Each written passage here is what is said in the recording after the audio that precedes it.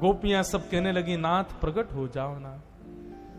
पुकारते पुकारते जब गोपियों के नेत्रों से अश्रु गिरने लगे, रुरुदु स्वस्वरम राजन कृष्ण दर्शन लालसा, कृष्ण दर्शन की लालसा में जैसे ही गोपियों के नेत्रों से अश्रुबिंद प्रकट हुए, तभी ताशामाविर्भूत सौरी स्मयमाय मुखाम्बुज पीतांबरधर श्रगवीये साक्षान मन्मथ मन्मथ।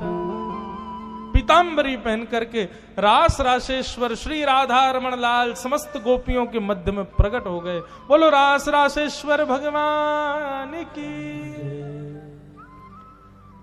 गोपियों ने जब तक पुकारा ठाकुर जी सुन रहे थे, लेकिन पुकार जब अश्रुबिंद में प्रकट हो गई, ठाकुर जी प्रकट हो गए।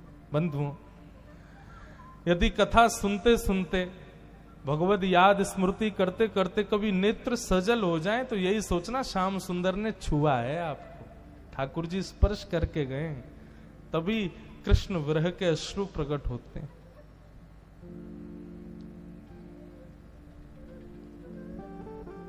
गोपियों के अश्रु जैसे ही आए, रुरुदु स्वस्वरम राजन, ठाकुर जी प्रकट हो गए। कृष्ण विरह में अश्रु प्रकट हो जाए तो समझना ठाकुर जी प्रकट हो ही गए हृदय में। अब ठाकुर जी संग ही हैं।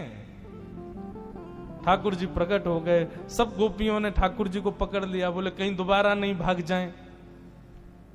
भगवान बोले अरे अरे अरे ऐसे मत करो, हम तो बस परीक्षण कर रहे थे, आपको देख रहे थे, हम कुछ खाने गए थे। गोपियों बोली क्या खाने गए थे? बोले आप सबको जो अभिमान हो गया था ना, उसको नष्ट करने गए थे। आपको रूप का अभिमान, अपनी योग्यताओं का अभिमान हो गया था, अब आप सब अभिमान रहित हो गई हो। इसका परिणाम क्या है कि अभिमान रहित है। अभिमान रहित व्यक्ति कभी रो नहीं सकता, अभिमान युक्त व्यक्ति रो नहीं सकता। अभिमान रहित व्यक्ति के ही नेत्रों में से आंसू आते हैं।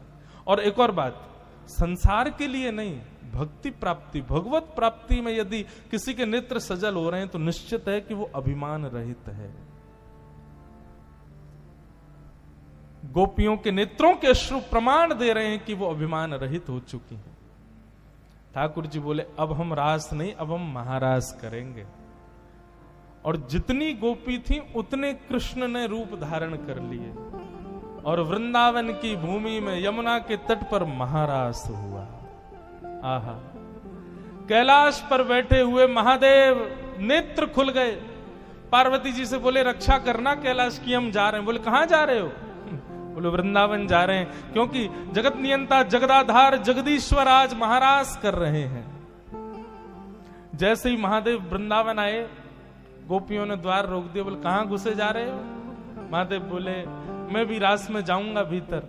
गोपियां बोली भीतर केवल गोपियां और श्री कृष्ण ही जा सकती हैं, कोई और पुरुष भीतर नहीं जा सकता।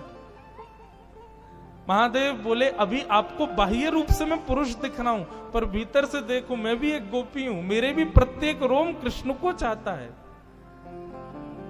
गोपियों ने और अन्नपूर्णा मैया ने महादेव का सुंदर श्रृंगार किया और श्रृंगार करके महादेव बन गए गोपी। इसीलिए हमारे ब्रज में विराज रहे हैं गोपेश्वर महादेव। बोलो गोपेश्वर महादेव की जय। आहा, गोपी रूप धारण करके श्याम सुंदर वृंदावन में विराजते, महादेव वृंदावन में विराजते। अब यहां महारास हो रहा है बंधु। अभी अभी हमने सुना कि रास का मतलब नृत्य नहीं, तो फिर महारास में नृत्य क्यों हुआ? बंधुओं, नृत्य करना पड़े वो नृत्य नहीं, प्रसन्नता इतनी हो जाए कि आप अपने आप को रोक ही नहीं पाओ, पैर थिरकने लग जाएं, भुजाएं उठ जाएं, उसको नृत्य कहते हैं।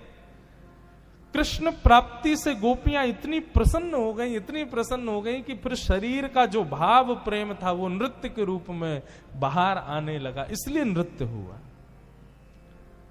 घर में कोई बहुत खुशी का माहौल हो जाए तो जो बूढ़े दादा दादी बेचारे उठ भी नहीं पाते, वो भी नाचने लग जाते हैं, खुश हो जाते हैं। ठीक वैसे ही कृष्ण जीवन में आ गए तो इतनी प्रसन्नता हुई गोपियों की कि वो प्रसन्नता ही उनके पैरों के थिरकन में बाहर आने लगी, उनके भाव भंगिमा में नृत्य के रूप में परिणत हो गई। तब महारास में नृत्य हुआ। ठाकुर जी नृत्य कर रहे हैं, गोपियां नृत्य कर रही हैं, हम आप सब लोगों का मन रूपी मयूर भी नृत्य करे इस महारास में।